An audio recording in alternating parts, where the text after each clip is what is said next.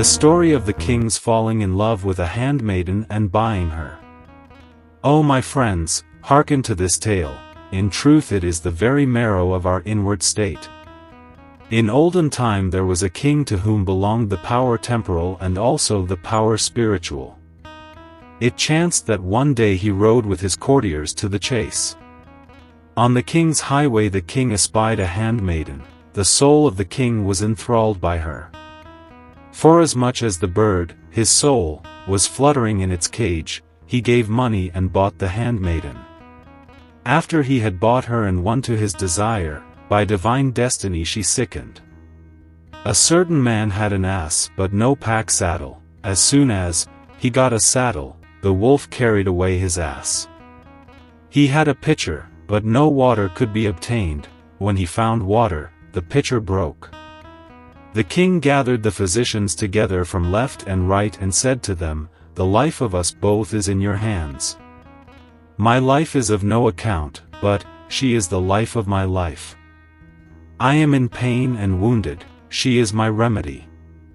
Whoever heals her, that is my life, will bear away with him my treasure and pearls, large and small." They all answered him, saying, "We will hazard our lives and summon all our intelligence and put it into the common stock. Each one of us is the Messiah of a world, of people in our hands is a medicine for every pain." In their arrogance they did not say, "If God will," therefore God showed unto them the weakness of man. I mean, a case in which omission of the saving clause is due to a hardness of heart, not the mere saying of these words, for that is a superficial circumstance. How many a one has not pronounced the saving clause, and yet his soul is in harmony with the soul of it? The more cures and remedies they applied, the more did the illness increase, and the need was not fulfilled. The sick girl became thin as a hair, while the eyes of the king flowed with tears of blood, like a river. By divine destiny, oxymel produced bile, and oil of almonds was increasing the dryness. From giving, myrobalan constipation resulted, relaxation ceased, and water fed the flames, like naphtha. How it became manifest to the king that the physicians were unable to cure the handmaiden, and how he turned his face towards God and dreamed of a holy man. When the king saw the powerlessness of those physicians, he ran barefooted to the mosque. He entered the mosque and advanced to the mihrab, to pray. The prayer carpet was bathed in the king's tears. On coming to himself out of the flood of ecstasy, Fana, he opened his lips in goodly praise and laud, saying, "O thou whose least gift is the empire of the world! What shall I say, inasmuch as thou knowest the hidden thing? O thou with whom we always take refuge in our need, once again we have missed the way. But thou hast said, albeit I know thy secret, nevertheless declare it forthwith in thine outward act." When from the depths of his soul he raised a cry of supplication, the sea of bounty began to surge. Slumber overtook him in the midst of weeping. He dreamed that an old man appeared and said, "Good tidings, O king! Thy prayers are granted. If tomorrow a stranger come for thee, he is from me. When he comes, he is the skilled physician, deem him veracious, for he is trusty and true. In his remedy behold absolute magic, in his temperament behold the might of God." When the promised hour arrived and day broke and the sun, rising from the east, began to burn the stars, the king was in the belvedere, expecting to see that which had been shown mysteriously. He saw a person excellent and worshipful, a sun amidst a shadow, coming from afar, like the new moon. In slenderness and radiance he was non-existent, though existent in the form of fantasy. In the spirit fantasy is as naught, yet, behold a world, turning, on a fantasy. Their peace and their war, turn, on a fantasy, and their pride and their shame spring from a fantasy, but, those fantasies which ensnare the saints are the reflection of the fair ones of the garden of God. In the countenance of the stranger guest was appearing that fantasy which the king beheld in his dream. The king himself, instead of the chamberlains, went forward to meet his guest from the invisible. Both were seamen who had learned to swim, the souls of both were knit together without sewing. The king said, "Thou wert my beloved, in reality, not she, but in this world deed issues from deed. O thou who art to me, as, Mustafa, Muhammad, while I am like unto Gumar, I will gird my loins to do thee service." Beseeching the Lord, who is our helper, to help us to observe self-control in all circumstances, and explaining the harmful and pernicious consequences of indiscipline. Let us implore God to help us to self-control. One who lacks self-control is deprived of the grace of the Lord. The undisciplined man does not maltreat himself alone, but he sets the whole world on fire. A table of food was coming down from heaven without headache, trouble, and without selling and buying, when some of the people of Moses cried disrespectfully, "Where is garlic and lentils?" Straightway, the heavenly bread and dishes of food were cut off. There remained, for all of them, the toil of sowing and laboring with mattock and scythe. Again, when Jesus made intercession, God sent food and bounty from heaven on trays, but once more the insolent fellows omitted to show respect and, like beggars, snatched away the viands. Although Jesus entreated them, saying, "This is lasting and will not fail from off the earth." To show suspicion and greed at the table of majesty is ingratitude. Because of those impudent wretches who were blinded by greed, that gate of mercy was closed upon them. On account of withholding the poor tax no rain clouds arise, and in consequence of fornication the plague spreads in all directions. Whatever befalls thee of gloom and sorrow is the result of irreverence and insolence withal. Any one behaving with irreverence in the path of the friend is a brigand who robs men, and he is no man. Through discipline this heaven has been filled with light, and through discipline the angels became immaculate and holy. By reason of irreverence the sun was eclipsed, and insolence caused an Azazel to be turned back from the door. The meeting of the king with the divine physician whose coming had been announced to him in a dream. He, the king, opened his hands and clasped him to his breast and received him, like love, into his heart and soul, and began to kiss his hand and brow and inquire concerning his home and journey. So, with many a question he led him to the dais. "At last," said he, "I have found a treasure by being patient." He said, also, "O gift from God and defense against trouble, O thou who art, the meaning of patience is the key of joy. O thou whose countenance is the answer to every question, by thee hard knots are loosed without discussion. Thou interpretest all that is in our hearts, thou givest a helping hand to every one whose foot is in the mire. Welcome, O chosen one, O approved one. If thou vanish, destiny will come upon us, and the wide room will be straitened. Thou art the protector of the people. He that desires thee not hath gone to perdition. Nay, verily, if he do not refrain. When that meeting and bounteous, spiritual, repast was over, he took his hand and conducted him to the harem.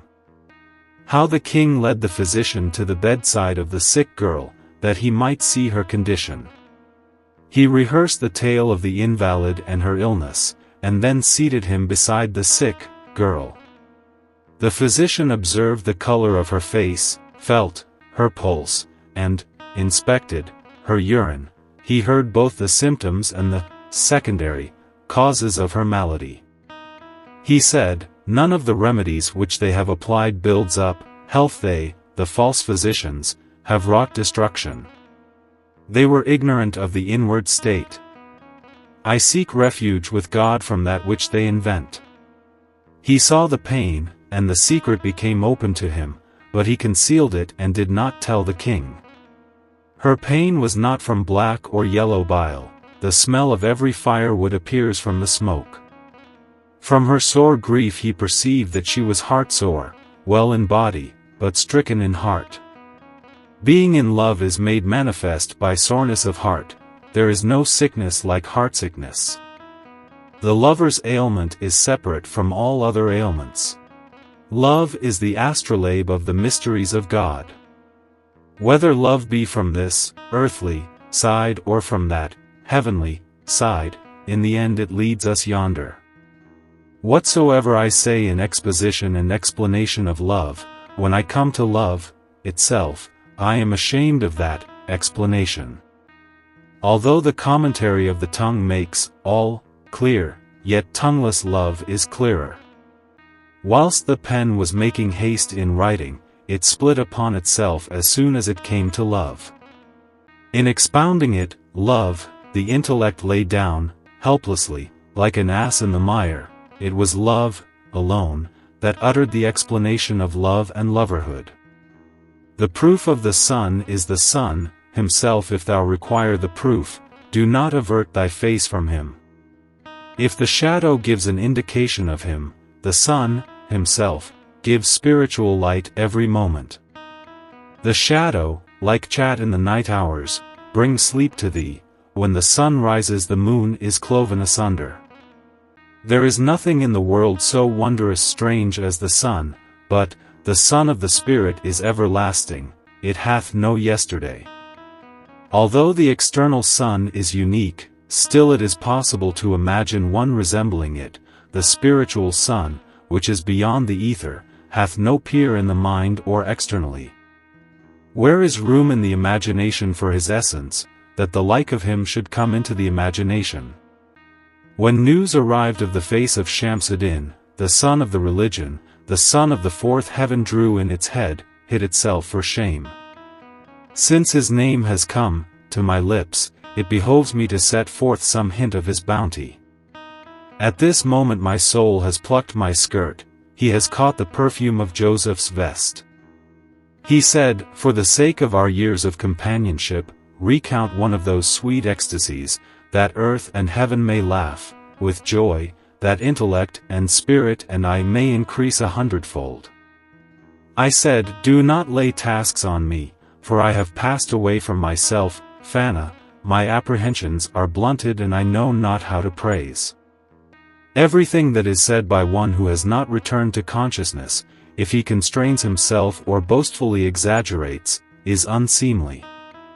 How should I, not a vein of mine is sensible, describe that friend who hath no peer? The description of this severance and this heart's blood do thou at present leave over till another time. He said, feed me, for I am hungry, and make haste, for time is a cutting sword. The Sufi is the son of the present time, O comrade. It is not the rule of the way to say, tomorrow.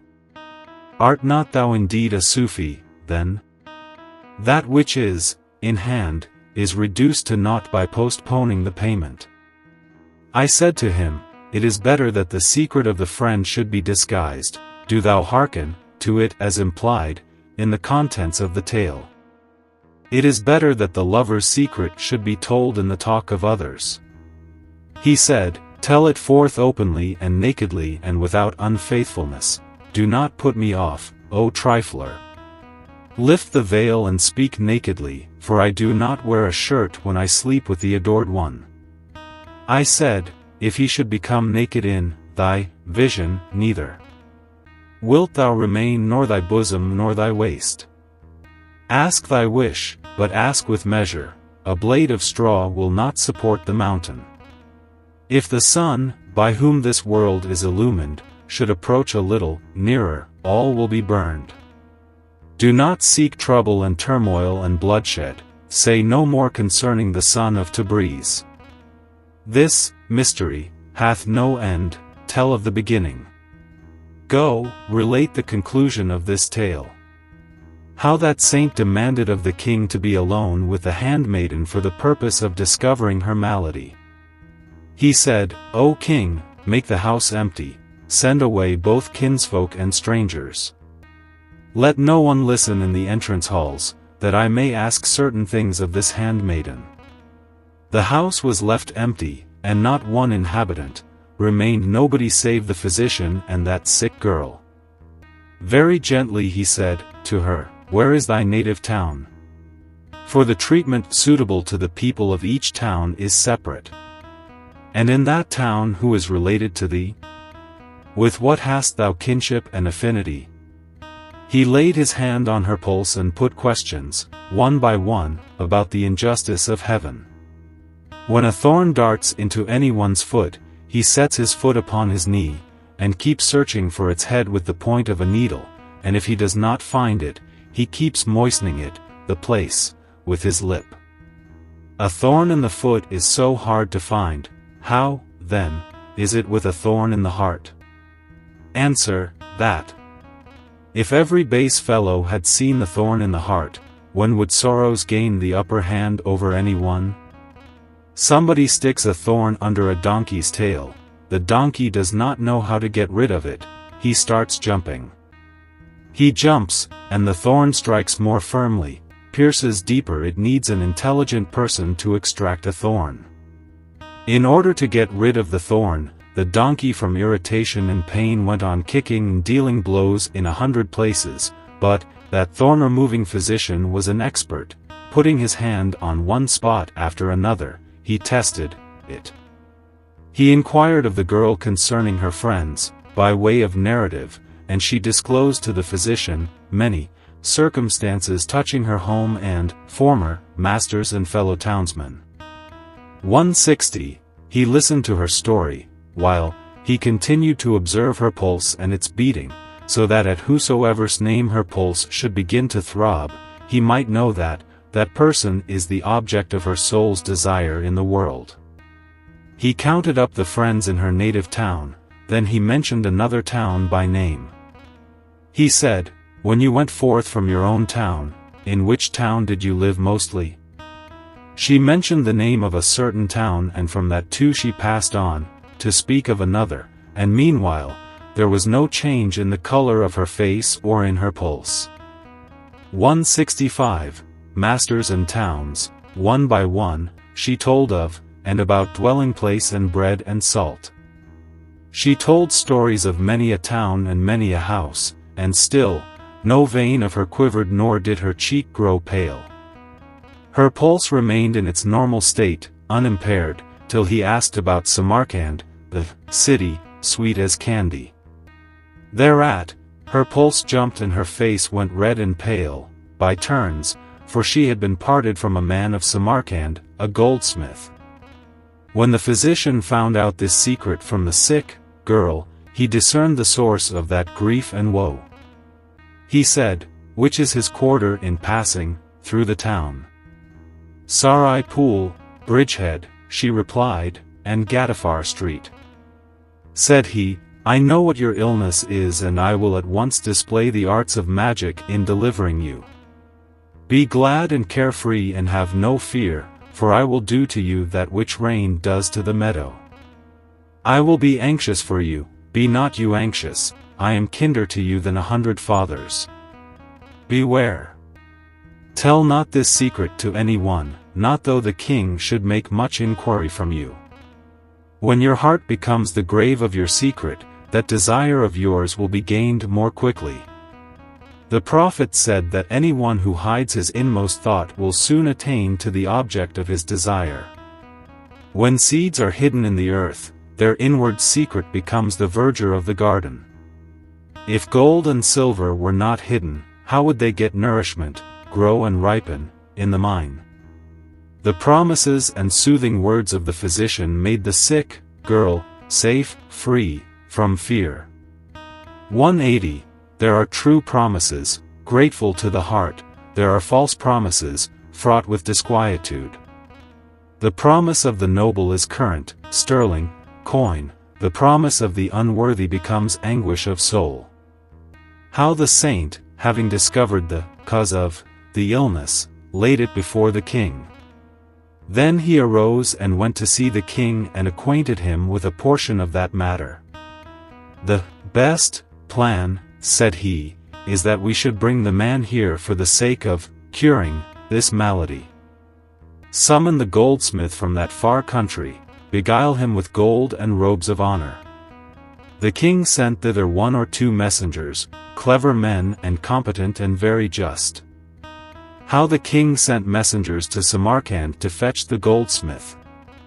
To Samarkand came the 2 messengers for the goldsmith debonair and wanton, saying, O fine master, perfect in knowledge, thou whose quality, of perfection in thy craft, is famous in all the lands, lo, such and such a king hath chosen thee for thy skill in the goldsmith's craft, because thou art eminent. Look now, receive this robe of honor and gold and silver, when thou comest to the king, thou wilt be a favorite and boon companion. The man saw the much wealth and the many robes, he was beguiled, he parted from his town and children. Blithely the man came into the road, unaware that the king had formed a design against his life. He mounted an Arab horse and sped on joyously. What really was the price of his blood he deemed a robe of honor. O fool, who with 100 consents thyself with thine own foot didst enter on the journey to the fated ill. In his fancy were dreams of riches, power, and lordship. Said Azrael, the angel of death, go thy way. Yes, thou wilt get them. When the stranger arrived, and turned from the road, the physician brought him into the presence of the king.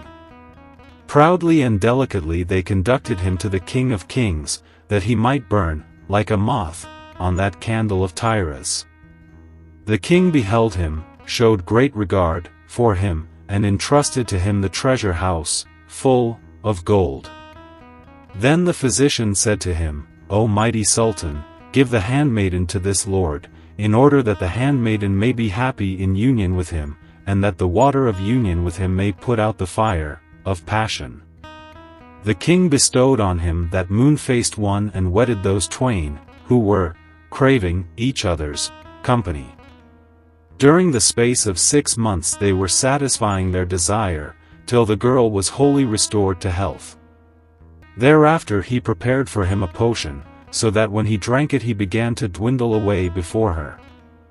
When because of sickness his beauty remained not, the soul of the girl remained not in his pestilence, deadly toils. Since he became ugly and ill-favored and sallow-cheeked, little by little he became cold, irksome and unpleasing, in her heart. Those loves which are for the sake of a color, outward beauty, are not love, in the end they are a disgrace. Would that he too had been disgrace, deformity, altogether, so that that evil judgment might not have come to pass upon him.